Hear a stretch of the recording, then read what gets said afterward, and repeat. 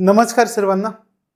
आजच्या भागामध्ये आपण अंतरिक्ष घडामोडींचा पुढचा टप्पा अभ्यासतोय। कदाचित हा आपला शेवटचा टप्पा असेल आणि या भागामध्ये आपण अंतरिक्ष घडामोडी जे अभ्यासणार आहोत ते प्रश्नोत्तराच्या माध्यमातून अभ्यासणार आहोत। याच्या अगोदरच्या घडामोडी आपण थेअरीच्या माध्यमातून अभ्यासल्या, त्याच्या खाली कोणते प्रश्न येतील याचा आपण विचार केला। पण हे जे प्रश्न आहेत आपण काही महत्त्वाचे प्रश्न याला म्हणूयात आणि त्यांना सुरुवात करूयात। मग अंतरिक्ष घडामोडींच्या शेवटच्या टप्प्यांमध्ये जे प्रश्न आहेत त्यांचा आपण विचार करूयात।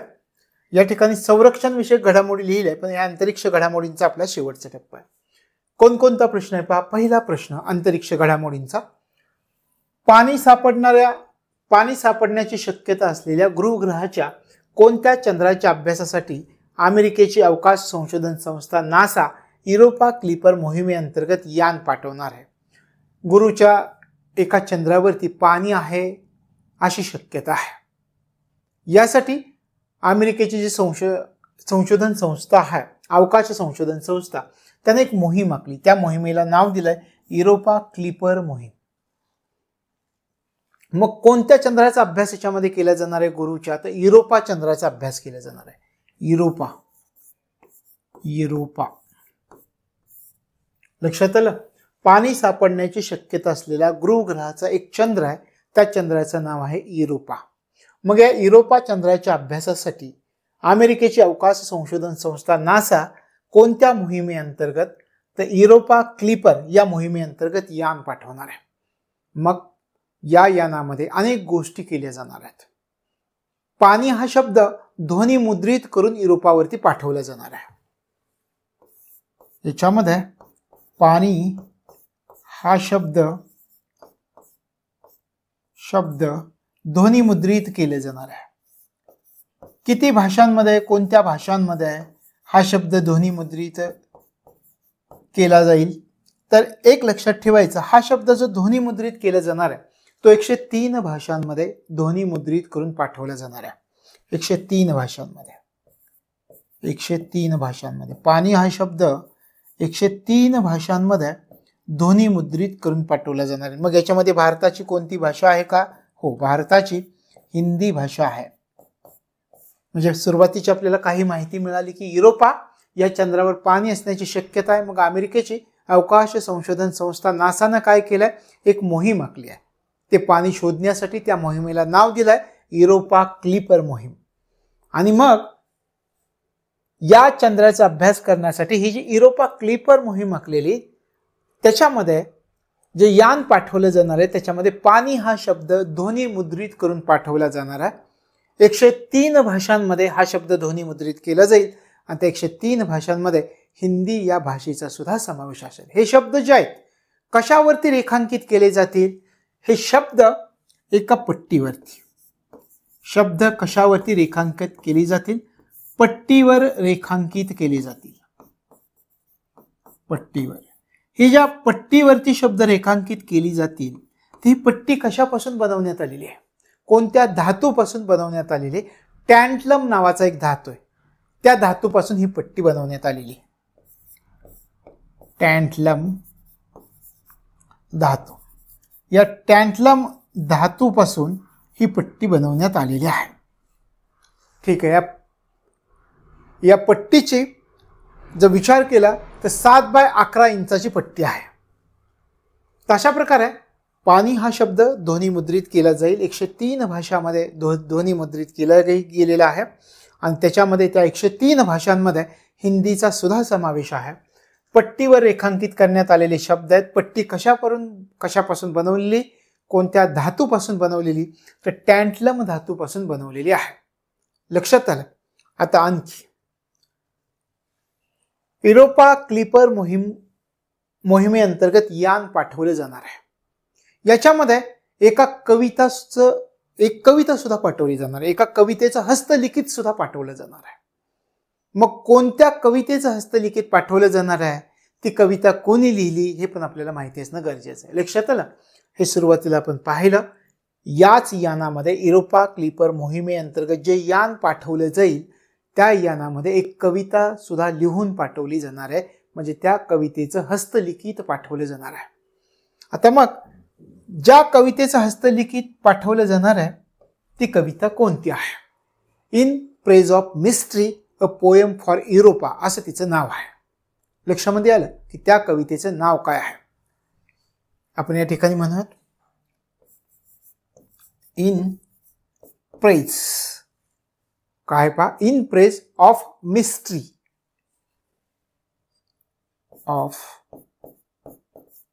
इन प्रेज ऑफ मिस्ट्री आणि पुढे a poem for Europa.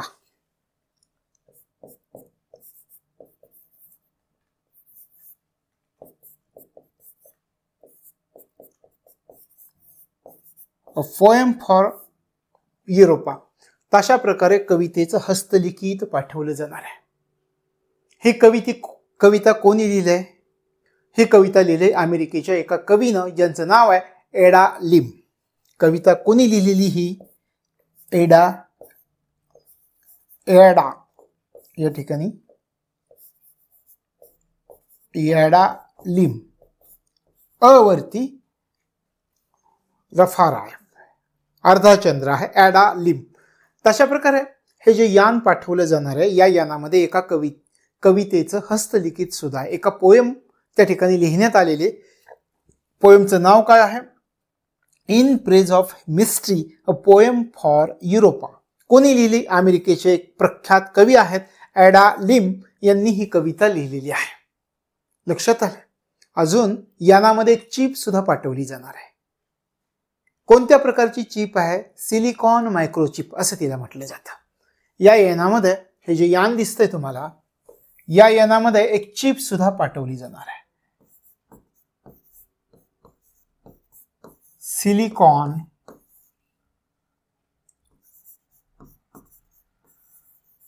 Microchip, silicon microchip असं म्हटलं जातं. या सिलिकॉन मायक्रोचिप मध्ये काय आहे? 26 लाख लोकांच्या नावं लिहिलेली आहेत. 26 लाख लोकांच्या नावाची नोंद आहे. या सिलिकॉन मायक्रोचिप मध्ये काय आहे? 26 लाख लोकांची नावं किंवा त्यांच्या नावाची नोंद आहे. तशा प्रकारे या यानाबद्दल युरोपा क्लिपर मोहिमेअंतर्गत आपल्याला संपूर्ण माहिती मिळते. आता आपण रिव्हिजन करूयात. सुरुवातीला विचार करा, कुठंतरी आपल्याला असं कळतंय की दुसराच एक उपग्रह आहे, एखादा चंद्र आहे, एखाद्या ग्रहाचा चंद्र आहे. आपला जसा पृथ्वीचा चंद्र आहे तसा त्यांचा चंद्र आहे, त्या चंद्रावरती पाणी सापडलं. आपली उत्सुकता वाढत आहे. असं दुसऱ्या ग्रहावर पण आहे का? आपल्यासारखं पाणी आहे का? तशीच उत्सुकता नासाला सुद्धा आहे. नासाला असं वाटतंय की गुरुचा एक ग्रह आहे, त्याला युरोपा नावाचा ग्रह आहे की त्याच्यावरती पाणी आहे असं असण्याची शक्यता आहे. मग त्यांनी एक मोहीम आखली. खरंच पाणी आहे का? आपण तपासून पाहूया. मोहिमेला नाव दिलं युरोपा क्लिपर. त्याच्या अंतर्गत एक यान पाठवलं. त्यांना असंही वाटलं की या यानामध्ये आपली काही माहिती पाठवणं गरजेचं आहे. मग त्यांनी काय केलं? पाणी हा जो शब्द आहे तो ध्वनिमुद्रित केला. 103 भाषांमध्ये ध्वनिमुद्रित केला. त्याच्यामध्ये हिंदी भाषेचा सुद्धा समावेश आहे. 103 भाषांमध्ये 103 भाषांमध्ये ध्वनी हा शब्द त्यांनी पाणी हा शब्द ध्वनिमुद्रित केला आणि पाठवून दिला. आता हे शब्द एका पट्टीवरती रेखांकित केलेली. ती पट्टी टॅंटलम नावाच्या धातूपासून बनवलेली. शिवाय आपण म्हणतोय की या यानामध्ये एका कवितेचा हस्तलिखित सुद्धा पाठवला आहे. कुठली कविता आहे? आपण म्हटलं in praise of mystery a poem for Europa. कोणी लिहिली? अमेरिकेचे एक प्रख्यात कवी आहेत एडा लिम नावाचे. त्यांनी ही कविता लिहिलेली आहे. तर त्यांची कविता सुद्धा पाठवली. आणखी काय पाठवलंय? आणखी या यानामधून एक चिप पाठवली आहे. तिला आपण सिलिकॉन मायक्रोचिप म्हणतो. या सिलिकॉन मायक्रोचिप मध्ये काय आहे तर जगामधील 26 लाख लोकांची नावं त्या चिप मध्ये नोंदवण्यात आलेली. त्या नावांची नोंद त्या चिप मध्ये आहे. अशा प्रकारचे युरोपा क्लिपर मोहीम आखण्यात आलेली आहे. लक्षात आलं? तर ही सविस्तर माहिती तुम्हाला कळाली. आता याच्यावरती कोणताही प्रश्न आला तर तुम्हाला सोडवता येणार आहे. आपण पुढे जाऊया. कोणत्या उपग्रहाचे जपानचे पहिले खाजगी उपग्रह प्रक्षेपण यशस्वी ठरले? जपानच्या कोणत्या जपानच्या कोणत्या उपग्रहाचे पहिले खाजगी उपग्रह प्रक्षेपण अयशस्वी ठरलेलं आहे? कोणत्या उपग्रहाचं? कायरोस उपग्रह असं त्याचं नाव होतं. या ठिकाणी जे दिसतंय तुम्हाला कायरोस उपग्रह अयशस्वी ठरला.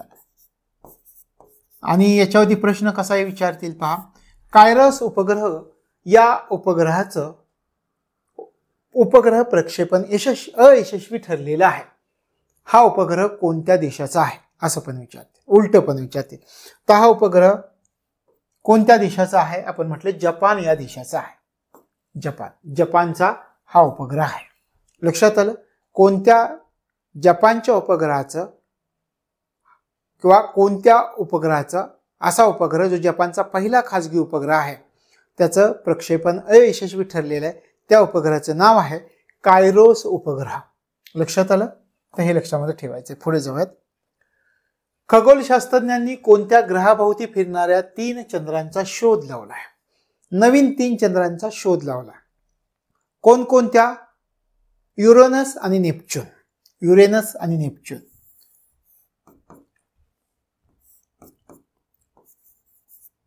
युरेनस आणि नेपच्यून.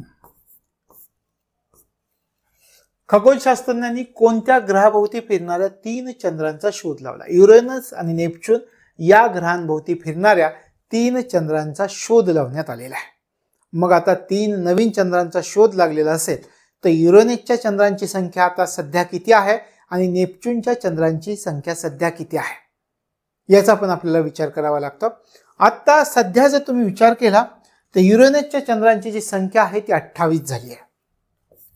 युरेनसच्या चंद्रांची संख्या झाली 28 आणि नेपच्यूनचे जे चंद्र आहेत त्या चंद्रांची संख्या सध्या 16 एवढी झाली आहे. 16.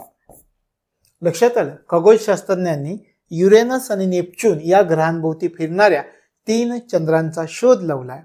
मग या 3 चंद्रांचा जर शोध लागलेला असेल तर चंद्रांची संख्या वाढलेली असणार आहे. युरेनस साठी असणारे जे चंद्र आहेत त्यांची संख्या 28 झालेली दिसते. नेपच्यून भोवती फिरणाऱ्या चंद्रांची संख्या 16 एवढी झालेली आहे. लक्षात आलं? पुढे जाऊया. 29 फेब्रुवारी 2024 रोजी रशियाने प्रक्षेपित केलेला पार्स 1 हा उपग्रह कोणत्या देशाचा आहे? या ठिकाणी तुम्हाला दिसत आहे रशिया लॉन्चेस इरान्स खोसार अँड होड सॅटेलाइट्स इनटू स्पेस. म्हणजे कोणत्या देशाचा आहे पार्स 1 उपग्रह? इराणचा आहे. हे लक्षामध्ये ठेवा. कोणामार्फत कोणत्या देशाची मदत घेतली? रशियाची मदत घेतली. 29 फेब्रुवारी 2024 रोजी रशियानं प्रक्षेपित केलेला पार्स 1 हा उपग्रह कोणत्या देशाचा आहे? तर इराण देशाचा आहे. हे लक्षात ठेवायचं आहे. पुढे जाऊयात. मेटॉर एम हा हवामान उपग्रह कोणत्या देशानं अवकाशामध्ये प्रक्षेपित केलेला आहे? मेटॉर एम हा हवामान उपग्रह कोणत्या देशानं प्रक्षेपित केलेला आहे असं आपल्याला विचारतील. तर लक्षामध्ये ठेवायचं आहे रशिया या देशानं प्रक्षेपित केलेला आहे. हवामान उपग्रह आहे रशिया. मेटॉर एम हवामान उपग्रह कोणत्या देशानं अवकाशात प्रक्षेपित केलेला आहे? रशिया या देशानं प्रक्षेपित केलेला आहे. यानंतरचा प्रश्न पहा. लहान उपग्रह प्रक्षेपण वाहने प्रक्षेपित करण्यासाठी पंतप्रधान नरेंद्र मोदींनी 28 फेब्रुवारी 2024 रोजी भारतीय अंतराळ संशोधन संस्थेच्या कोणत्या ठिकाणी स्पेस पोर्टची पायाभरणी केली आहे? स्पेस पोर्टची पायाभरणी 28 फेब्रुवारी 2024 रोजी कशासाठी केली आहे? लहान उपग्रह प्रक्षेपण वाहन प्रक्षेपित करण्यासाठी नरेंद्र मोदींनी 28 फेब्रुवारी 2024 रोजी भारतीय अंतराळ संशोधन संस्थेच्या कोणत्या ठिकाणी स्पेस पोर्टची पायाभरणी केलेली आहे? कोणत्या ठिकाणी? तामिळनाडू मधलं एक ठिकाण आहे. कोणतं आहे? कुलसेकरपट्टिनम असं त्याचं नाव आहे. कुलसेकरपट्टिनम तामिळनाडू.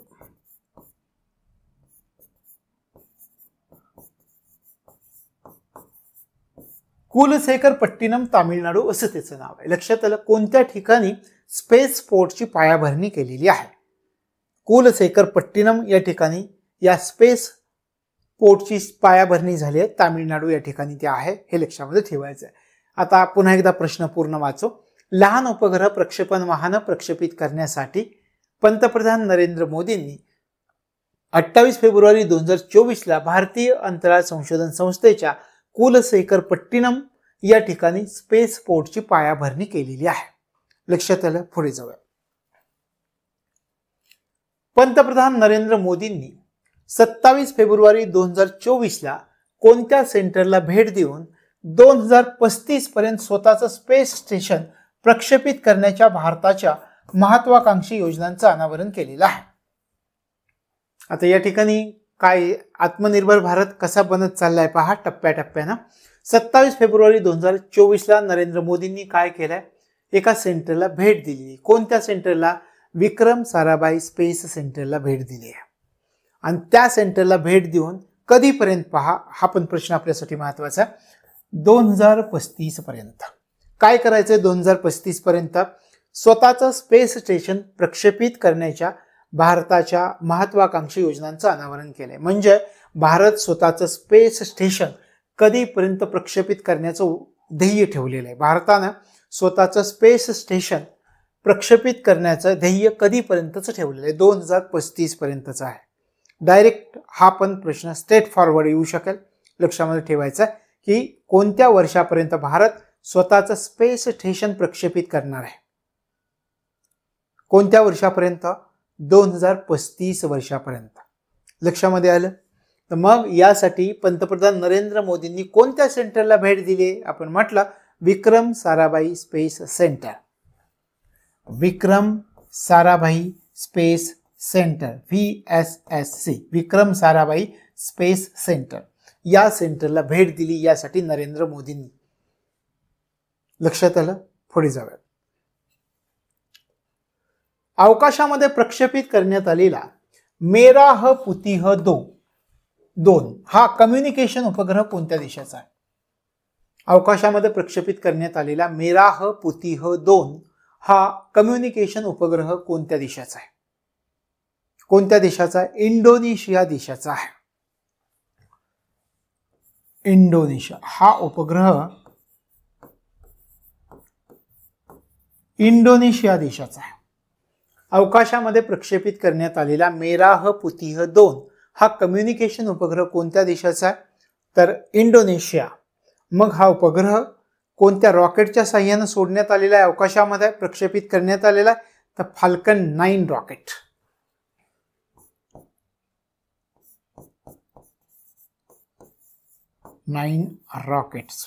कोणाचं हे रॉकेट?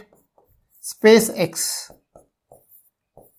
एलॉन मस्क यांच्या स्पेस एक्सचं हे रॉकेट आहे.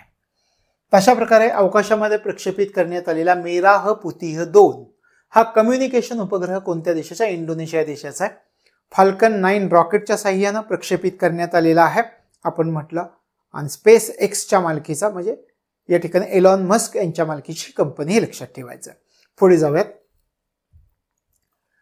टाटा ॲडव्हान्स्ड सिस्टीम्स लिमिटेडनं विकसित केलेला भारताचा पहिला स्वदेशी गुप्तचर उपग्रह कोणत्या कंपनीद्वारे प्रक्षेपित केला जाणार आहे? महत्वाचं आहे पहा, भारताचा पहिला स्वदेशी गुप्तचर उपग्रह कोणत्या कंपनीनं विकसित केलेला आहे? डायरेक्ट प्रश्न. आणखी काही वेगवेगळ्या प्रकारे आपण विचार करूयात.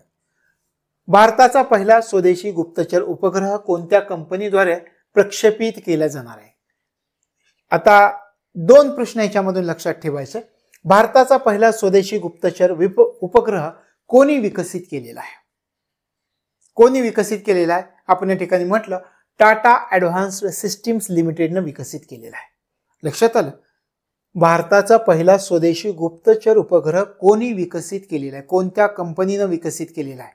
टाटा ॲडव्हान्स्ड सिस्टीम्स लिमिटेड या कंपनीनं विकसित केलेला आहे. ठीक आहे. दुसरा प्रश्न, भारताचा पहिला स्वदेशी गुप्तचर उपग्रह कोणत्या कंपनीद्वारे प्रक्षेपित केले जाणार आहे? कोणत्या? Space x. आत्ताच आपण पाहिली स्पेस एक्स कोणाच्या मालकीचे? एलॉन मस्क यांच्या मालकीचे आहे. Space x. Space x.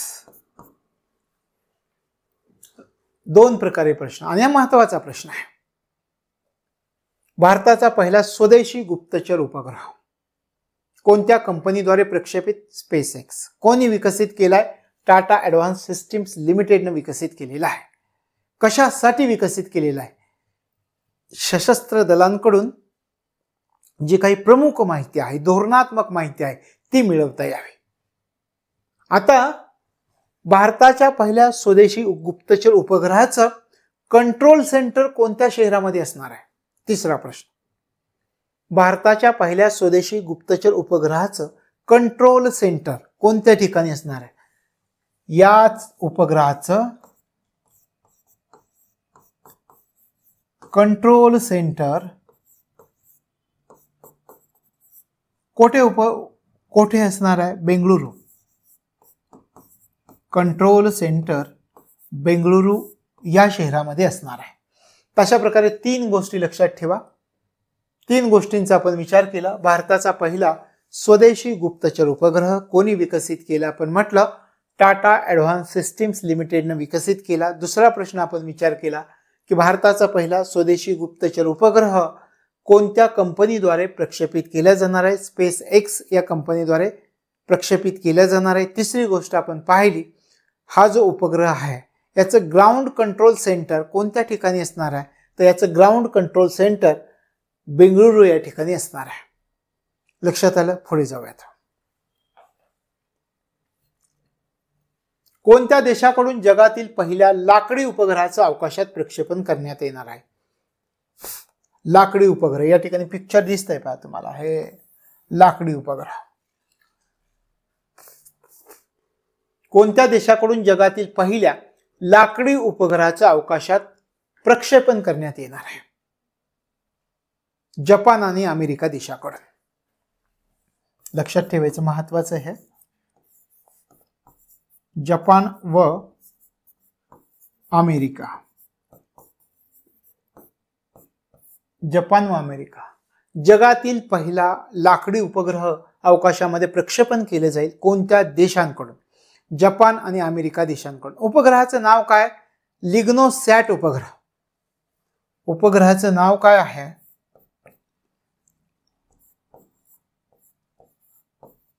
लिग्नोसॅट उपग्रह. उपग्रहाचं नाव कोणतं? लिग्नोसॅट उपग्रह. जगातील पहिल्या लाकडी उपग्रहाचं नाव कोणतं आहे? लिग्नोसॅट उपग्रह. लक्षात आलं? आता आपण म्हणतो लाकडी उपग्रह, हा लाकडी उपग्रह कोणत्या लाकडापासून तयार करण्यात आलेला आहे असं विचारलं तर मॅग्नोलिया नावाचं लाकूड आहे. कोणत्या लाकडापासून विकसित करण्यात आलेला आहे किंवा कोणत्या लाकडापासून बनवण्यात आलेला आहे? मॅग्नोलिया नावाचं लाकूड आहे. मॅग्नोलिया. कोणत्या प्रकारचं लाकूड आहे? मॅग्नोलिया. लाकूड कोणत्या प्रकारचं आहे? मॅग्नोलिया प्रकारचं लाकूड आहे. या लाकडापासून हा उपग्रह बनवलेला आहे. लक्षात आलं? लाकडी उपग्रह आपण म्हणतात. आता हा लाकडी उपग्रह कोणी तयार केलाय? हा लाकडी उपग्रह जपानी शास्त्रज्ञांनी तयार केला. याची रचना कोणी तयार केली आहे? जपानी शास्त्रज्ञ. तयार कोणी केलाय? जपानी शास्त्रज्ञांकडून हा तयार करण्यात आलेला आहे लाकडी उपग्रह. हा उपग्रह कोणत्या देशाच्या रॉकेटद्वारे प्रक्षेपित केला जाणार आहे? हा उपग्रह अमेरिका या देशाच्या रॉकेटद्वारे प्रक्षेपित केला जाणार आहे. तयार केला जपानी शास्त्रज्ञांनी. प्रक्षेपित कोणत्या देशाकडून केलं जाणार आहे? अमेरिका या देशाकडून किंवा अमेरिकेच्या रॉकेटद्वारे हा लाकडी उपग्रह प्रक्षेपित केला जाईल. आता विचार करा, जगातला पहिला लाकडी उपग्रह आहे का? कोणत्या उद्देशाने पाठवण्यात आलेला आहे? अंतराळामध्ये जो कचरा आहे त्या कचऱ्यामुळे मोठ्या प्रमाणामध्ये चिंतेत वाढ झाली सगळ्याच देशांच्या. मग या चिंतेचं निराकरण करता यावं म्हणून हा लाकडी उपग्रह पाठवण्यात आलेला आहे. त्याचा उद्देश आहे म्हणजे थोडक्यात आपलं जे पुढचं भविष्य आहे ते शाश्वत भविष्य निर्माण व्हावं या दृष्टिकोनातून हा उपग्रह पाठवलेला आहे. अंतराळामधील जो कचरा आहे त्या कचऱ्याच्या वाढत्या चिंतेचं निराकरण करता यावं, आपलं पुढचं भविष्य अधिक शाश्वत बनवता यावं, अधिक दीर्घ बनवता यावं आणि त्यासाठी मार्ग मोकळा करण्यासाठी जगातला पहिला लाकडी उपग्रह पाठवण्यात आलेला आहे अवकाशामध्ये. प्रक्षेपण करण्यात येणार जपाननं तयार केलाय, अमेरिकेच्या रॉकेटद्वारे प्रक्षेपित केलं जाणार आहे. आपण म्हटलं याला नाव दिलंय लिग्नोसॅट उपग्रह. कोणत्या लाकडापासून तयार केलाय? मॅग्नोलिया या लाकडापासून तयार केलेला आहे. लक्षात आलं? पुढे जाऊ. पृथ्वीपासून 200 कोटी प्रकाश वर्ष दूर अंतरावर असलेल्या दीर्घिका समूहाचा वेध घेण्यात यश मिळवलंय. 200 कोटी प्रकाश वर्ष दूर असणाऱ्या. आता 200 कोणत्या दीर्घिका समूहाचा वेध घेण्यात यश मिळवले? त्याचं नाव काय? त्याचं नाव आहे एबेल 521. त्याचं नाव आहे एबेल 521.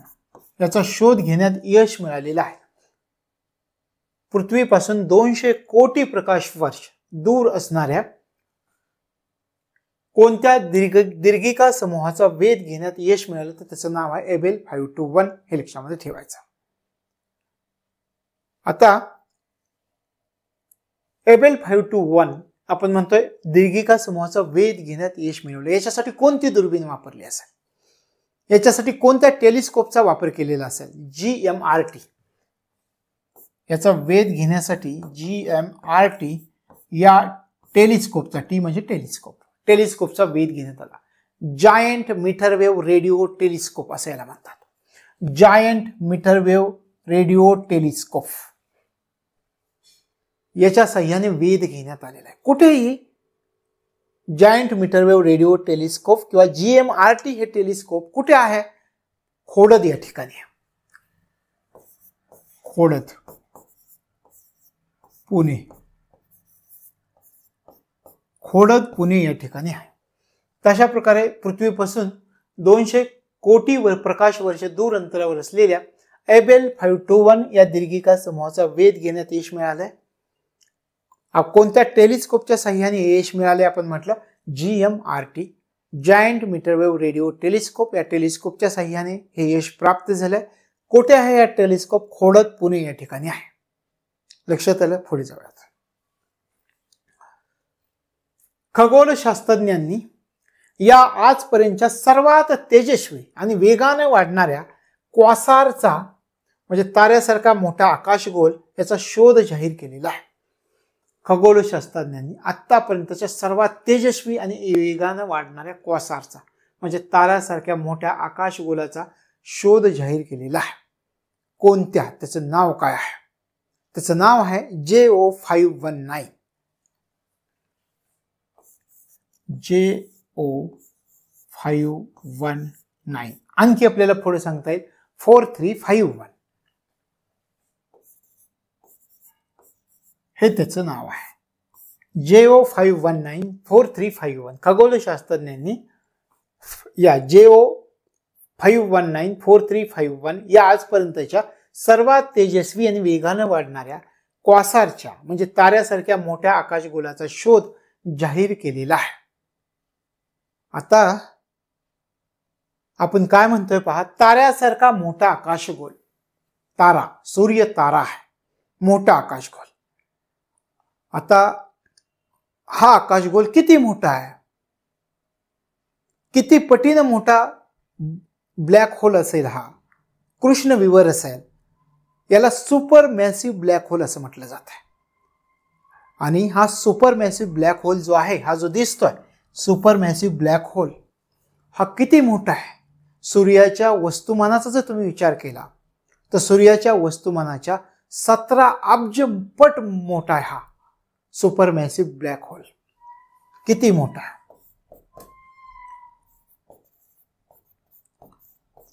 सूर्याच्या वस्तुमानाच्या, तुमच्या माहितीसाठी सांगतोय, काही परीक्षेत आपल्याला विचारणार नाही. सूर्याच्या वस्तुमानाच्या 17 अब्ज पटीनं मोठा हा ब्लॅक होल आहे. म्हणजे किती मोठा असेल? 17 अब्ज पटीनं असं म्हटलं जातं. एवढा मोठा ब्लॅक होल आहे हा ब्लॅक होल आहे. याला सुपर मॅसिव्ह ब्लॅक होल असं म्हटलं जातं. अशा प्रकारे खगोलशास्त्रज्ञांनी JO51943551 या आजपर्यंतच्या सर्वात तेजस्वी आणि वेगानं वाढणाऱ्या क्वासारचा ताऱ्यासारख्या मोठ्या आकाशगोलाचा शोध जाहीर केलेला दिसतो. पुढे जाऊया. कोणत्या देशानं आपल्या नवीन H3 या रॉकेटचं दुसरे चाचणी मॉड्यूल यशस्वीरित्या प्रक्षेपित केलेलं आहे. H3 हे रॉकेट कोणत्या देशाचं आहे? जपानचं आहे. H3 रॉकेट म्हटले की लक्षात ठेवा जपान या देशानं प्रक्षेपित केलं. H3 या रॉकेटची दुसरी चाचणी मॉड्यूल यशस्वीरित्या प्रक्षेपित करणारा देश जपान हा देश आहे. लक्षात आलं. तर H3 या रॉकेटचं प्रक्षेपण करण्यात आलंय. फेब्रुवारी 2024 मध्ये या रॉकेटचं प्रक्षेपण करण्यात आलेलं आहे. या रॉकेटनं एक सूक्ष्म उपग्रह सुद्धा सोडलाय. सूक्ष्म उपग्रह, स्मॉल मायक्रो सॅटेलाइट, सूक्ष्म उपग्रह मायक्रो सॅटेलाइट सुद्धा सोडलेला आहे. तशा प्रकारे H3 या रॉकेटचं दुसरं चाचणी मॉड्यूल यशस्वीरित्या प्रक्षेपित करणारा देश जपान आणि या रॉकेटद्वारे आपण म्हटलं एक सूक्ष्म उपग्रह सुद्धा सोडण्यात आलेला आहे. पुढे जाऊयात. इस्रोने शालेय विद्यार्थ्यांसाठी कोणत्या कार्यक्रमाची घोषणा केली आहे? इस्रोने, महत्वाचा प्रश्न आहे, युवा वैज्ञानिक या कार्यक्रमाची घोषणा केली. युविका, युवा वैज्ञानिक आणि आपण म्हटलं युविका.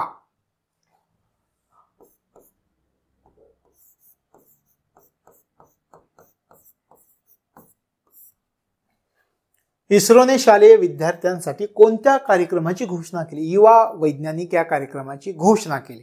आता या कार्यक्रमाबद्दल थोडी तरी माहिती आपल्याला माहिती हवी. काय हा कार्यक्रम जो आहे कोणत्या शालेय विद्यार्थ्यांसाठी, कितवी पर्यंतच्या शालेय विद्यार्थ्यापर्यंतसाठी, कितवी मध्ये शिकणाऱ्या शालेय विद्यार्थ्यांसाठी उपयुक्त आहे. इयत्ता 9वी मध्ये शिकणाऱ्या विद्यार्थी याच्यासाठी पात्र असणार आहेत. कोणते विद्यार्थी पात्र असतील? 9वी मध्ये शिकणारे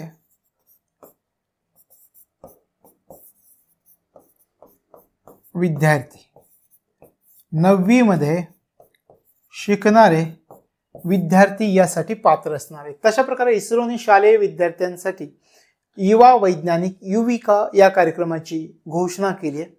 कोणत्या वर्गामधील विद्यार्थी यासाठी पात्र असतील? 9वी मध्ये शिकणारे विद्यार्थी यासाठी पात्र असतील, हे लक्षामध्ये ठेवायचं. कशासाठी हा कार्यक्रम सुरू केला आहे? जगामध्ये तंत्रज्ञानाचं महत्त्व वाढत आहे. जागतिक स्तरावरती एक बलाढ्य देश म्हणून भारत उदयाला येतोय आणि अशाच प्रकारच्या पिढीची आणि आणखी ॲडव्हान्स्ड पिढीची आपल्याला निर्मिती करायची आहे. मग काय करावं लागेल? नवीन पिढीला आत्तापासूनच अंतराळ तंत्रज्ञान, अवकाश विज्ञान म्हणजे काय, अंतराळ उपकरणं कोणत्या प्रकारची असतात याचं ज्ञान मिळावं या उद्देशानं युवा वैज्ञानिक हा कार्यक्रम इस्रोनं तयार केलेला आहे. 9वी मध्ये शिकणारे विद्यार्थी त्यासाठी पात्र असणार आहेत. लक्षात आलं? तर हे लक्षामध्ये ठेवायचं आहे. पुढचा प्रश्न, एकाच वेळी सर्व तरंग लांबीमधून कृष्णविवराची प्रतिमा टिपण्याची कामगिरी भारताच्या कोणत्या वेधशाळेनं केलेली? एकाच वेळी सर्व तरंग लांबीमधून कृष्णविवर ब्लॅक होलची प्रतिमा टिपण्याची कामगिरी भारताच्या कोणत्या वेधशाळेनं केलेली? त्या वेधशाळेचं नाव ॲस्ट्रोसॅट वेधशाळा आहे आणि अशा प्रकारची जगातली पहिलीच घटना आहे. लक्षात आलं? कोणती वेधशाळा? ॲस्ट्रोसॅट. ॲस्ट्रोसॅट वेधशाळा. आपण म्हटलं अशा प्रकारची जगातील ही पहिलीच घटना आहे. ॲस्ट्रोसॅट वेधशाळा. एकाच वेळी सर्व तरंगलांबीतून कृष्णविवराची प्रतिमा टिपण्याची, ब्लॅक होलची प्रतिमा टिपण्याची कामगिरी भारताच्या कोणत्या वेधशाळेने केली? ॲस्ट्रोसॅट वेधशाळा. जगातली पहिलीच घटना आहे असं विधान जरी तुम्हाला आलं तर लक्षात ठेवायचं, जगातील ही पहिलीच घटना आहे, हे लक्षामध्ये ठेवायचं आहे. आता ॲस्ट्रोसॅट वेधशाळा कधी प्रक्षेपित करण्यात आलेली होती याचा जर तुम्ही विचार केला तर ही 2015 मध्ये प्रक्षेपित करण्यात आली होती ही वेधशाळा. या वेधशाळेनं काय केलंय? एकाच वेळी सर्व तरंग लांबीमधून ब्लॅक होलची म्हणजे कृष्ण विवराची प्रतिमा टिपलेली. हे विचारले तर लक्षात ठेवा. कोणती वेधशाळा? ॲस्ट्रॉसॅट वेधशाळा. लक्षात येईल. पुढे जाऊया. आणि आपण असंही म्हटलं अशा प्रकारची जगातली ही प्रथमच घटना आहे. नासाच्या कोणत्या अंतराळ यानानं अलीकडेच शनीच्या चंद्रमीमांसच्या बर्फाळ पृष्ठभागाखाली एक विशाल महासागर शोधलाय? नासाच्या कोणत्या अंतराळाने अलीकडे शनीचा चंद्र मीमांस याच्या बर्फाळ पृष्ठभागाखाली एक विशाल महासागर शोधलाय? कोणत्या अंतराळ यानानं? कॅसिनी नावाचं अंतराळ यान आहे. तुम्ही ऐकलं असेल, कॅसिनी नावाचं अंतराळ यान आहे.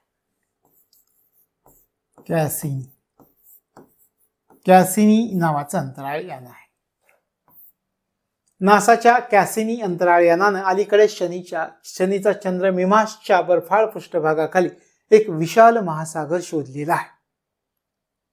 लक्षात आलं? तशा प्रकारे कॅसिनीनं कोणत्या कालावधीमध्ये शनीची प्रदक्षिणा केली?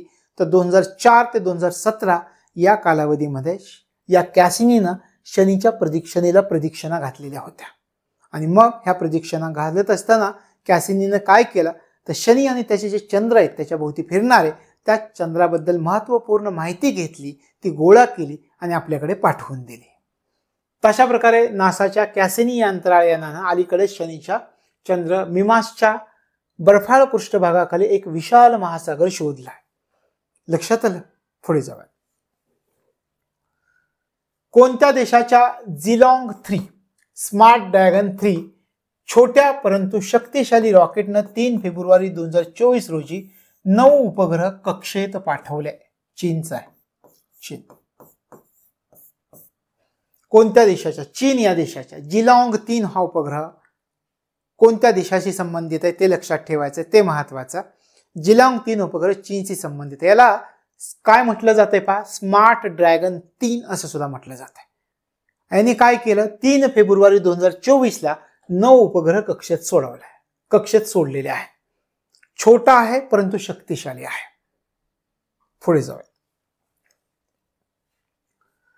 8 फेब्रुवारी 2024 रोजी PSE हा पृथ्वी निरीक्षण उपग्रह कोणत्या देशाने अवकाशात सोडला? पेस नावाचा पृथ्वी निरीक्षण उपग्रह कोणत्या देशाने अवकाशात सोडलाय?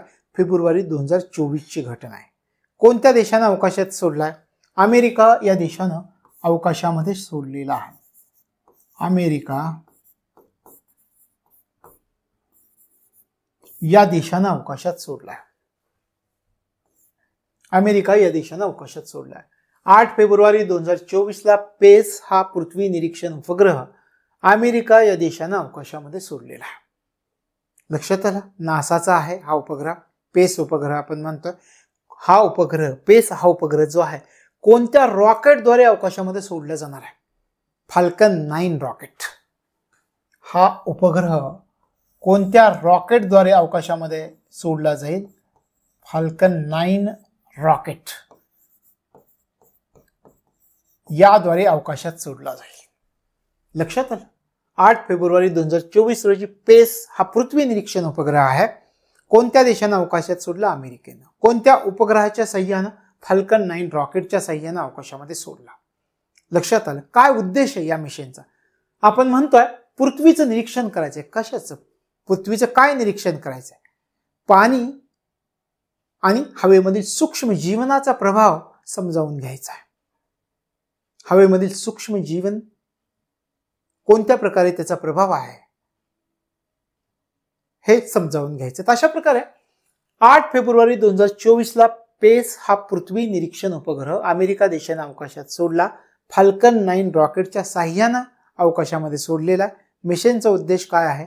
पाणी आणि हवेमधील सूक्ष्म जीवन या जीवनाचा प्रभाव समजावून घेणं हा याचा उद्देश आहे. पुढे जाऊया. यांनी अवकाशामध्ये सर्वाधिक वेळ घालवण्याचा जागतिक विक्रम मोडलाय. हे तुम्हाला दिसतंय, आपल्यासाठी महत्वाचं आहे. सर्वाधिक काळ राहिलेत अवकाशामध्ये. सुरुवातीला त्यांचं नाव काय, कोणत्या देशाचे आहेत त्याचा आपण विचार करूयात आणि मग किती काळ राहिले त्याचा पण विचार करूयात. ओलेग कोनेनेन्को असं त्यांचं नाव आहे.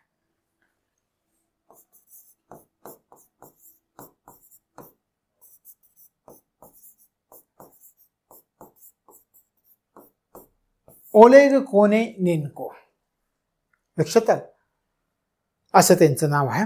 आता विचार करूयात कोणत्या देशाचे आहेत. कोणत्या देशाचे आहेत? रशिया देशाचे आहेत. ओलेग कोनेनेन्को रशिया या देशाचे आहेत. किती काळ अवकाशात राहण्याचा विक्रम त्यांनी केला, त्याच्या अगोदर कोणाचा विक्रम होता, म्हणजे कोणाचा विक्रम त्यांनी मोडला, याचा सुद्धा आपण विचार करूयात. मग रशियाची अंतराळ संस्था कोणती आहे? अंतराळ संशोधन संस्थेचं नाव काय आहे? आपण याच्या अगोदर पण पाहिलं, रोसकॉस्मॉस ही रशियाची अंतराळ संशोधन संस्था आहे. आता सध्या यांचा जर विचार केला तर हे किती वर्षाचे आहेत?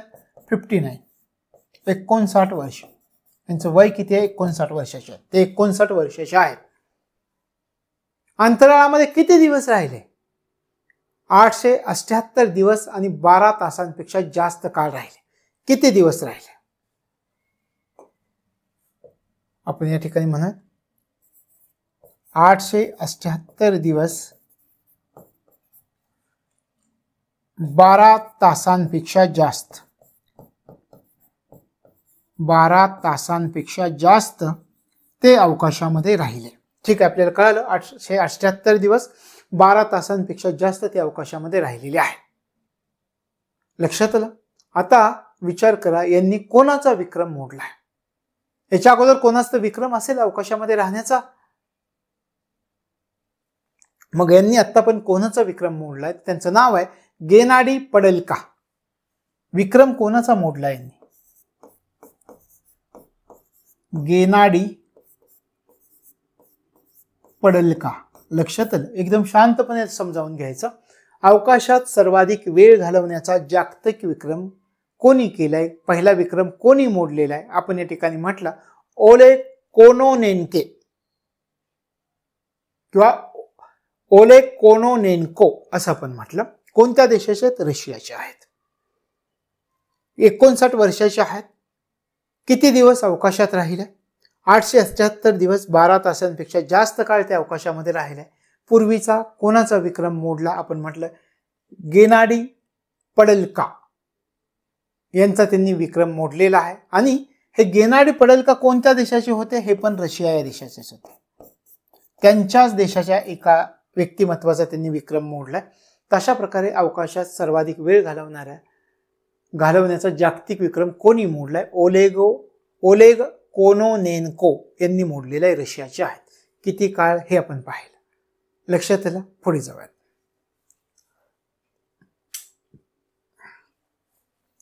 कोणत्या IITच्या उज्जैन सॅटेलाइट कॅम्पसला केंद्र सरकारकडून मंजुरी मिळाली?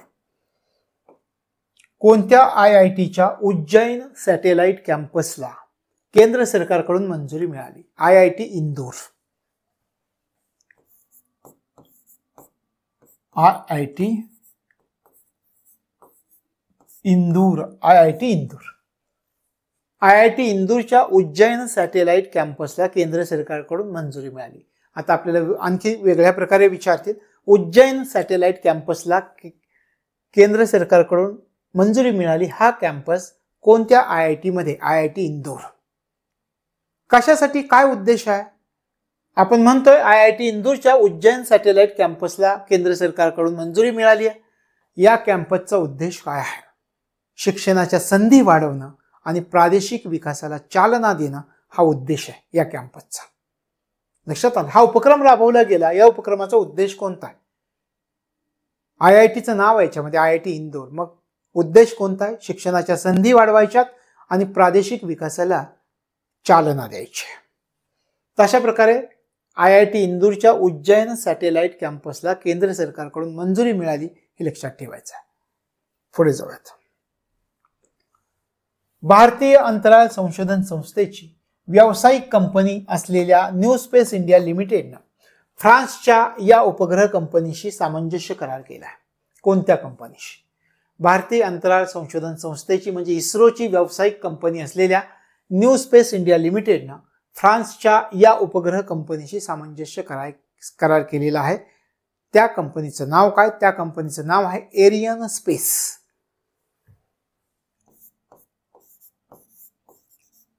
एरियन स्पेस असं या कंपनीचं नाव आहे.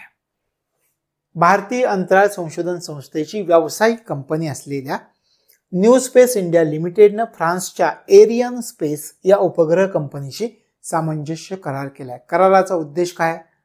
उपग्रहां किंवा सॅटेलाइटच्या आपण उपग्रहांच्या प्रक्षेपण मोहिमा ज्या राबवल्या जातात त्या मोहिमेची दीर्घकालीन भागीदारी करायची आहे. फ्रान्सला सुद्धा आपल्या देशाचं महत्त्व पटतंय. मग उपग्रहांच्या ज्या प्रक्षेपण मोहिमा राबवल्या जातील त्या मोहिमांसाठी दीर्घकालीन भागीदारी करण्याच्या उद्देशानं या एरियन स्पेस या उपग्रह कंपनीशी सामंजस्य करार केलाय. कोणी केलाय? इस्रोच्या व्यावसायिक कंपनी असलेल्या न्यू स्पेस इंडिया लिमिटेडने केलेला आहे. लक्षात आलं? पुढे चला. कोणत्या देशाच्या अंतराळ संशोधन संस्थेला मंगळ ग्रहावर पाणी असल्याचं महत्वाचे पुरावे आढळून आलेले आहेत? नासाला आढळून आलेले आहेत. नासाला. America. NASA America. NASA America. कोणत्या देशाच्या अंतराळ संशोधन संस्थेला मंगळ ग्रहावर पाणी असल्याचे महत्वाचे पुरावे आढळून आले आहेत? नासा अमेरिका याला आढळून आले आहेत. नासा या संस्थेला आढळून आले आहेत. आणि मग मंगळाच्या पृष्ठभागाखाली किती फूट खाली पाणी आढळून आलंय? जे पाणी आढळून आले ते मातीच्या कणांमध्ये पाणी आढळून आलंय. मंगळाच्या पृष्ठभागाच्या किती फूट खाली? तर असं म्हटलं गेलं 65 फूट खाली. मंगळाच्या पृष्ठभागाच्या 65 फूट खाली मातीच्या कणांमध्ये हे पाणी आढळून आलंय. 65 फूट खाली. NASA America. अमेरिका या देशाच्या अंतराळ संशोधन संस्थेला मंगळ ग्रहावर पाणी असल्याचे महत्वाचे पुरावे आढळून आलेत. 65 मंगळाचा जो पृष्ठभाग आहे त्या पृष्ठभागाच्या 65 फूट खाली मातीच्या कणांमध्ये हे पाणी आढळून आलेलं आहे. पाण्याची आर्द्रता आढळून आलेली आहे. आता हे आढळून आलंय, पण मंगळावरती कोणता रोव्हर उतरला होता? कधी उतरला होता? कोणत्या रोव्हरला हे आढळून आलं? नासाचा कोणता तर रोव्हर मंगळावरती उतरलेला असेल. त्याचं नाव होतं पर्सफरन्स, असं त्याचं नाव होतं. कोणता रोव्हर उतरला होता? पर्सफरन्स नावाचा रोव्हर मंगळावरती उतरला. त्या रोव्हरला पृष्ठभागाच्या 65 फूट खाली मातीच्या कणांमध्ये आर्द्रतेच्या स्वरूपामध्ये पाणी आढळून आलेलं आहे. ठीक आहे. हा पर्सफरन्स नावाचा जो रोव्हर आहे तो मंगळावरती कधी उतरला होता? 2021 मध्ये उतरला होता. 2021 मध्ये उतरला होता. कोणत्या पृष्ठभागावर उतरला होता? ज्या पृष्ठभागावरती हा रोव्हर उतरला त्या पृष्ठभागाचं नाव काय होतं? जाजिरो क्रेटर असं त्याचं नाव होतं. ज्या पृष्ठभागावरती हा रोव्हर उतरला त्या पृष्ठभागाचं नाव काय होतं? जाजिरो क्रेटर. या पृष्ठभागावरती हा रोव्हर उतरला नासाचा. आणि मग त्यांनी पृष्ठभागाच्या 65 फूट खाली मातीच्या कणांमध्ये पाणी आढळून आलेलं आहे. आता या रोव्हरनी काय काय केलेलं आहे? या रोव्हरना कशा कशाचे नमुने घेतलेले आहेत?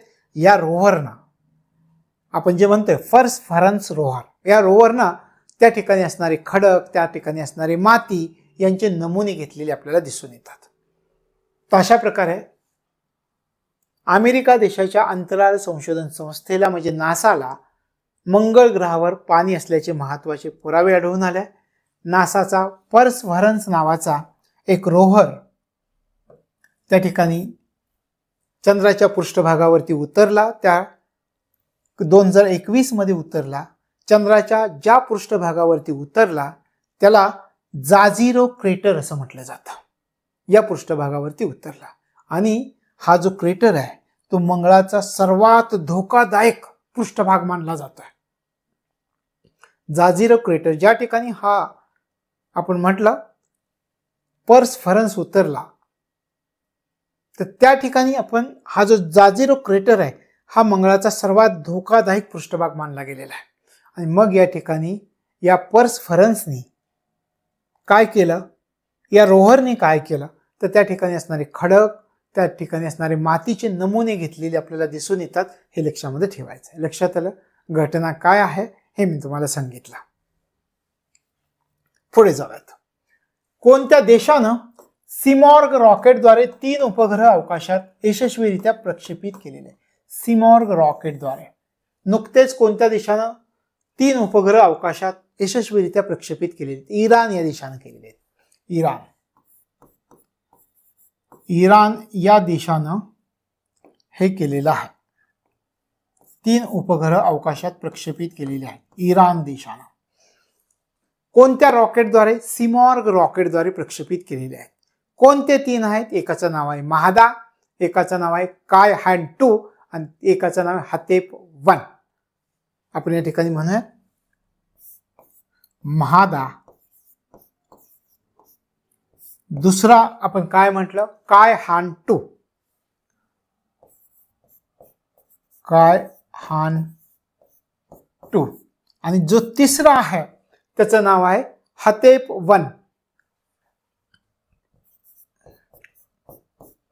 हातेप 1. तर हे 3 उपग्रह सोडलेत, सिमॉर्ग रॉकेटद्वारे सोडलेत, इराण या देशानं सोडलेत. लक्षात आलं? कोणत्या देशानं? इराण या देशानं सिमॉर्ग रॉकेटद्वारे 3 उपग्रह अवकाशात प्रक्षेपित केले. महादा, कायहान 2, हातेप 1 अशी त्यांची नाव आहेत. पुढे जाऊयात. नुकतीच कोणत्या शहरामध्ये all India institute of speech and hearing satellite सेंटरची पायाभरणी करण्यात आली आहे? कोणत्या शहरामध्ये? नुकतीच कोणत्या शहरामध्ये all India institute of speech and hearing satellite सेंटरची उभारणी करण्यात आली? त्या शहराचं नाव काय? त्या शहराचं नाव आहे कानपूर. लक्षात ठेवायचं, कानपूर. कानपूर. कानपूर शहरामध्ये all India institute of speech and hearing satellite सेंटरची पायाभरणी करण्यात आलेली आहे. लक्षात आलं? पुढे जाऊयात. SLIM, smart lander for investigating moon ही कोणत्या देशाची चांद्र मोहीम आहे? स्लिम कोणत्या देशाची चांद्र मोहीम आहे? जपान या देशाची चांद्र मोहीम आहे. जपान या देशाच्या चांद्र मोहिमेचं नाव काय आहे? Smart. Slim smart lander for investigating moon म्हणजे स्लिम ही चांद्र मोहीम कोणत्या देशाची आहे? स्लिम ही चांद्र मोहीम जपान या देशाची हे लक्षामध्ये ठेवायचं. आता स्लिम यान चंद्रावरती कधी उतरलं? 19 जानेवारी 2024 ला उतरला. म्हणजे आपल्या परीक्षेसाठी महत्वाचं आहे. हे जे यान आहे हे तुम्हाला दिसत आहे, हे कधी चंद्रावरती उतरलं? 19 जानेवारी 2024 मध्ये हे चंद्रावरती उतरलं हे यान. स्लिम ही कोणत्या देशाची चांद्र मोहीम आहे? जपान या देशाची आहे. मी म्हटलं स्लिम यान चंद्रावरती कधी उतरलाय? ते 19 जानेवारी 2024 ला उतरलं हे लक्षामध्ये ठेवायचं. आता ही जी मोहीम जपान आखलेली होती या मोहिमेला आणखी एका नावाने ओळखलं जातं. या मोहिमेला मून स्नायपर असं पण म्हणतात. ही जी मोहीम आखलेली होती जपाननं याला दुसऱ्या एका नावाने ओळखलं जातं. याला मून स्नायपर या नावाने सुद्धा ओळखलं जातं. Moon sniper. लक्षात आलं? आणखी एक गोष्ट, चंद्राच्या कोणत्या भागाजवळ हे यान उतरलंय? कोणत्या क्रेटर जवळ हे यान उतरलंय? सिओली नावाचं क्रेटर आहे. हे यान कोणत्या क्रेटर जवळ उतरलं? हे यान सिओली क्रेटर. कुठे उतरलं हे पहा, इथं उतरलंय का? हे कुठं उतरलंय? सिओली क्रेटर जवळ उतरलंय. ह्या भागाला सिओली क्रेटर असं म्हणतात. सिओली क्रेटर काय आहे? ज्वालामुखीच्या खडकानं व्यापलेला एक प्रदेश आहे, त्याला सिओली क्रेटर असं म्हणतात. आणि जपानचं हे जे यान आहे ते या सिओली क्रेटर जवळ उतरलेलं आहे. लक्षात आलं? आता जपान हा चंद्रावर उतरणारा कितवा देश ठरला? 5वा देश. 5वा देश. जपान हा चंद्रावर उतरणारा कितवा देश ठरलेला आहे? 5वा देश ठरलेला आहे. याच्या अगोदरचे 4 देश कोणते? अमेरिका, रशिया, चीन आणि भारत. भारतानंतर जपान. तशा प्रकारे स्लिम ही चांद्र मोहीम कोणत्या देशाची आहे? Smart lander for investigating moon ही चांद्र मोहीम कोणत्या देशाची? जपान या देशाची आहे. 19 जानेवारी 2024 रोजी चंद्रावरती उतरली असं आपण म्हणतात. कोणत्या भागाजवळ, ज्या भागाजवळ उतरली हे सिओली क्रेटर असं या भागाला म्हणतात. सिओली क्रेटर का आहे? हा ज्वालामुखीच्या खडकानं व्यापलेला प्रदेश आहे. त्याच्यानंतर जपान अशा प्रकारचं चांद्रयान चंद्रावर उतरवणारा कितवा देश ठरलाय? 5वा देश. याच्या अगोदरचे 4 देश कोणते? अमेरिका, रशिया, चीन आणि भारत.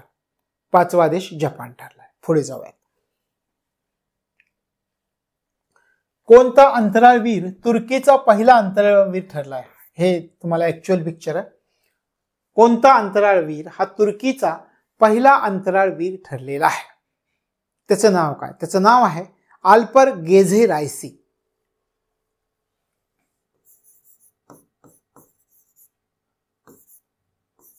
गेझेरावसी अल्फर गेझेरावसी असं त्याचं नाव आहे. गेझेरावसी. कोणता अंतराळवीर तुर्कीचा पहिला अंतराळवीर ठरलाय? अल्पर गेझेरावसी हा तुर्कीचा पहिला अंतराळवीर ठरला. मिशनला काय नाव देण्यात आलेलं होतं? AX3 मिशन असं म्हटलं. AX3 mission. मिशनचं नाव AX3 मिशन कोणत्या देशाचं आहे? तुर्कीचं आहे. लक्षात आलं? तशा प्रकारे कोणत्या कंपनीनं हे मिशन यशस्वीरित्या केलेलं आहे? स्पेस एक्स कंपनीनं. स्पेस एक्स कंपनीनं हे मिशन यशस्वीरित्या पार पडलेलं आहे. तशा प्रकारे कोणता अंतराळवीर तुर्कीचा पहिला अंतराळवीर ठरलाय? अल्पर गेझेरावसी हा अंतराळवीर तुर्कीचा पहिला अंतराळवीर ठेवलाय. मिशन कोणत्या नावाने आखलं गेलं होतं? AX3 मिशन होता. कोणत्या कंपनीनं मिशन यशस्वीरित्या प्रक्षेपित केलं? स्पेस एक्स या कंपनीनं मिशन यशस्वीरित्या प्रक्षेपित केलं. कधी झालं होतं हे मिशन? 18 जानेवारी 2024 ला झालं होतं. लक्षात आलं? फक्त नाव लक्षात ठेवायचं आपल्याला. पुढे जाऊयात. कोणत्या देशानं 20 जानेवारी 2024 रोजी सोरया या उपग्रहाचं यशस्वी प्रक्षेपण केले? सोरया उपग्रहाचं प्रक्षेपण करणारा देश कोणता आहे? इराण आहे. सोरया नावाच्या उपग्रहाचं प्रक्षेपण कोणत्या देशाने केलंय? इराण या देशाने केलेलं आहे. सोरया इराण या देशाने केलेला आहे. लक्षात आलं? हे लक्षामध्ये ठेवायचं आहे. पुढे जाऊयात. कोणत्या स्पेस स्टार्टअप कंपनीनं ग्रॅव्हिटी-1 या आपल्या पहिल्या रॉकेटचं यशस्वी प्रक्षेपण केलंय? कोणत्या स्पेस स्टार्टअप कंपनीनं? ओरियन स्पेस नावाची स्टार्टअप कंपनी आहे. Orion space. ओरियन स्पेस कुठली स्टार्टअप कंपनी आहे ही? चीनची स्पेस स्टार्टअप कंपनी आहे. चीनी स्पेस स्टार्टअप कंपनी आहे. चीनी कंपनी. चीनी स्पेस स्टार्टअप कंपनी. तशा प्रकारे ओरियन स्पेस या स्टार्टअप कंपनीनं कोणत्या पहा ग्रॅव्हिटी-1 या आपल्या पहिल्या रॉकेटचं यशस्वी प्रक्षेपण केलं. चीनी स्पेस स्टार्टअप कंपनी आहे ओरियन स्पेस. ओरियन स्पेस ही कंपनी आहे. लक्षात राहील. पुढे जाऊयात. चांद्रयान 3च्या यशस्वी मोहिमेबद्दल इस्रोच्या टीमला इंडियन ऑफ द इयर 2023 हा पुरस्कार कोणाद्वारे देण्यात आलेला आहे? चांद्रयान 3च्या यशस्वी मोहिमेबद्दल इस्रोच्या टीमला इंडियन ऑफ द इयर 2023 हा पुरस्कार कोणाद्वारे देण्यात आलेला आहे? CNN न्यूज 18 द्वारे दिलेला आहे. CNN news 18. CNN न्यूज 18 द्वारे हा देण्यात आलेला आहे. चांद्रयान 3च्या यशस्वी मोहिमेबद्दल इस्रोच्या टीमला इंडियन ऑफ द इयर 2023 हा पुरस्कार कोणी दिलाय? तर CNN न्यूज 18 न दिलेला पुरस्कार आहे. याशिवाय CNN न्यूज 18 आणखी एक पुरस्कार दिलेला आहे. त्याला इंडियन ऑफ द इयर पुरस्कार असं म्हटलंय. तो शाहरुख खानला दिला होता. पुढे जाऊयात आपण. आइन्स्टाईन प्रोब नावाचा एक नवीन खगोलशास्त्रीय उपग्रह कोणत्या देशानं अवकाशात पाठवला? आइन्स्टाईन प्रोब नावाचा एक नवीन खगोलशास्त्रीय उपग्रह कोणत्या देशानं अवकाशात पाठवलाय? चीननं अवकाशात पाठवलाय. चीननं अवकाशात पाठवलाय. चीन. कधी अवकाशात पाठवलाय? 9 जानेवारी 2024 मध्ये हा चीननं अवकाशामध्ये पाठवलेला आहे, आइन्स्टाईन प्रोब नावाचा. लक्षामध्ये ठेवा. लक्षात आलं? हा, एक उपग्रह केंद्र आहे, शिचांग नावाचं उपग्रह केंद्र, शिचांग, इथून पाठवला. शिचांग नावाचं उपग्रह केंद्र आहे, इथून हा उपग्रह अवकाशामध्ये पाठवला, आइन्स्टाईन प्रोब. लक्षात आलं? तर हे लक्षामध्ये ठेवायचं. तर आइन्स्टाईन प्रोब नावाचा एक नवीन खगोलशास्त्रीय उपग्रह कोणत्या देशानं अवकाशात पाठवलाय? चीननं पाठवलाय, 9 जानेवारी 2024 ला पाठवलाय. शिचांग उपग्रह केंद्र आहे, त्या केंद्रावर पाठवलेला आहे. कोणत्या रॉकेट्सनं पाठवलेला आहे, कोणत्या रॉकेटद्वारे पाठवलेला आहे याचा जर आपण विचार केला तर चांग झेंग नावाचं रॉकेट आहे. रॉकेट कोणतं आहे? चांग झेंग. हे एवढं महत्वाचं नाहीये, पण माहिती आहे हवं. आणि थोडक्यात आणखी सांगतो, हा जो उपग्रह आहे तो कमळाच्या आकाराचा आहे, हे पण लक्षात ठेवा. कमळाच्या आकाराचा हा उपग्रह आहे. हा उपग्रह जो आहे तो कमळाच्या आकाराचा उपग्रह आहे. तशा प्रकारे आइन्स्टाईन प्रोब हा एक नवीन खगोलशास्त्रीय उपग्रह कोणत्या देशानं अवकाशामध्ये पाठवलाय? चीननं पाठवलाय, 9 जानेवारी 2024 ला पाठवलाय. कमळाच्या आकाराचा उपग्रह आहे. आपण म्हटलं एक उपग्रह केंद्र शिचांग, या उपग्रह केंद्रावरून हा उपग्रह अवकाशात पाठवलाय. चांग झेंग या रॉकेटच्या साह्यानं तो अवकाशात पाठवलाय. लक्षात आलं? पुढे जाऊया. भारतानं कोणत्या देशाबरोबर संयुक्त लघु उपग्रहाच्या विकासासाठी सामंजस्य करारावरती स्वाक्षरी केलेली? कोणत्या देशाबरोबर, कशासाठी स्वाक्षरी केली? पहा, संयुक्त लघु उपग्रहाच्या विकासासाठी सामंजस्य करार केलाय. त्या देशाचं नाव आहे मॉरिशस. मॉरिशस आणि भारत दोघं मिळून हा उपग्रह विकसित करत आहे. भारतानं मॉरिशस देशाबरोबर संयुक्त लघु उपग्रहाच्या विकासासाठी सामंजस्य करारावरती स्वाक्षरी केली. आपण म्हटलं भारत आणि मॉरिशस संयुक्तपणे एक छोटा उपग्रह विकसित करत आहेत. आणि साधारणपणे आपण म्हणूया 2025 मध्ये इस्रोद्वारे हा उपग्रह प्रक्षेपित सुद्धा केलेला आपल्याला दिसू शकतो. कोणत्या 2 संस्थांमध्ये हा उपग्रह विकसित करण्यासाठी करार झालाय? आपल्या देशाची इस्रो आणि मॉरिशसची अवकाश संशोधन संस्था कोणती आहे? तर Mauritius research and innovation council. Mauritius research and innovation council, MIRC. Mauritius research and innovation council, Indian space research organisation, या दोघांमध्ये हा करार झाला. या दोघांमध्ये हा करार झालेला आहे. लक्षात आलं? भारत आणि मॉरिशस या देशाबरोबर संयुक्त लघु उपग्रहाच्या विकासासाठी सामंजस्य करार केलाय. दोन्ही देश मिळून छोटा उपग्रह विकसित करतायत. 2025 मध्ये साधारणपणे हा इस्रोद्वारे प्रक्षेपित सुद्धा केला जाणार आहे. मी म्हटलं 2 संस्थांमध्ये करार झालाय, इस्रो आणि मॉरिशसची MRIC, Mauritius research and innovation council असं त्याचं नाव आहे. लक्षात आलं? कोणत्या ठिकाणी हा करार झालाय? दोघांमध्ये. पोर्ट लुईस या ठिकाणी करार झालाय. हा करार कोणत्या ठिकाणी झालेला आहे? पोर्ट लुईस या ठिकाणी हा करार झालेला आहे. तशा प्रकारे भारत आणि मॉरिशस मध्ये एक छोटा उपग्रह विकसित करण्यासाठी करार झालेला, हे लक्षात ठेवायचं. पुढचं पहा, GSAT-20 उपग्रह कोणत्या रॉकेटवर प्रक्षेपित करण्याची घोषणा करण्यात आलेली आहे? GSAT-20. India to launches its GSAT-20 on SpaceX Falcon 9 rocket. आता तुम्हाला उत्तरही कळलेलं असेल की GSAT-20 उपग्रह कोणत्या रॉकेटवर प्रक्षेपित करण्याची घोषणा करण्यात आलेली.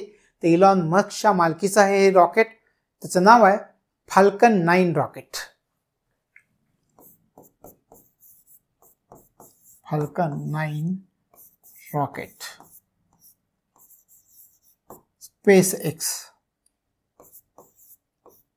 स्पेसएक्सच्या मालकीचं आहे.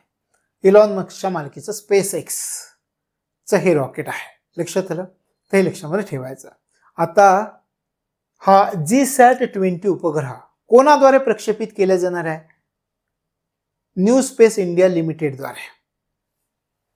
कोणाद्वारे प्रक्षेपित?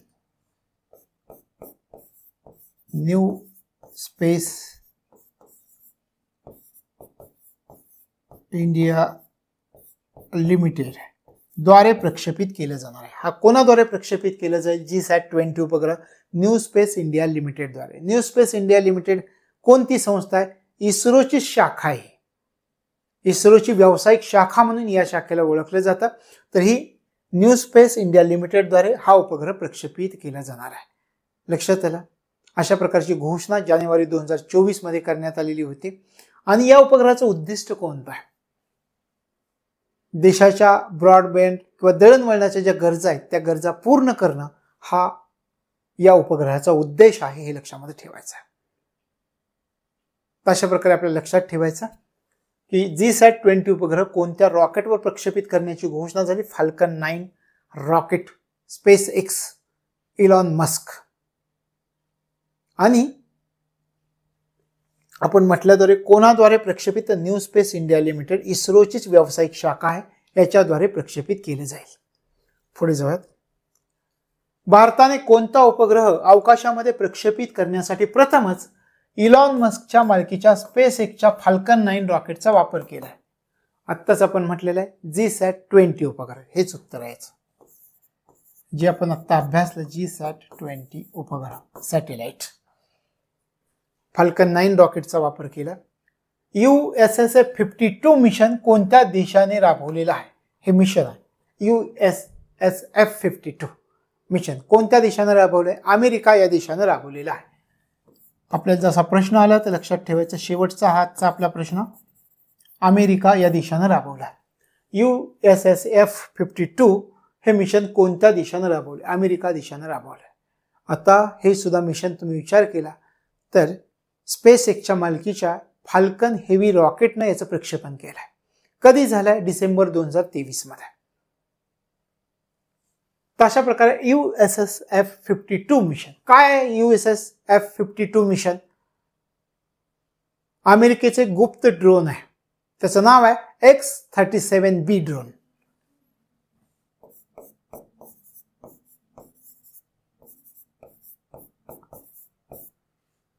लक्षात आलं?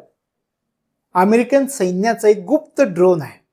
तर या अमेरिकन सैन्याच्या X-37B ड्रोनचं प्रक्षेपण केलं जाणार आहे या मिशनद्वारे.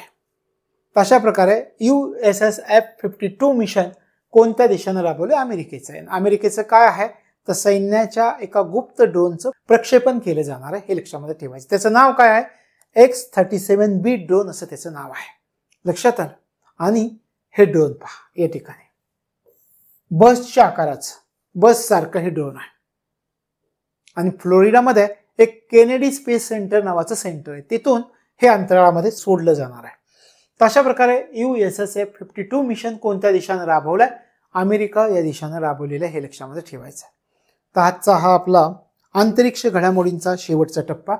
या ठिकाणी अंतरिक्ष घडामोडी आपल्या जानेवारी 2024 ते मार्च 2024 दरम्यानच्या संपलेल्या आहेत. यानंतर आपण नवीन घडामोडींसह भेटूयात पुढच्या भागामध्ये.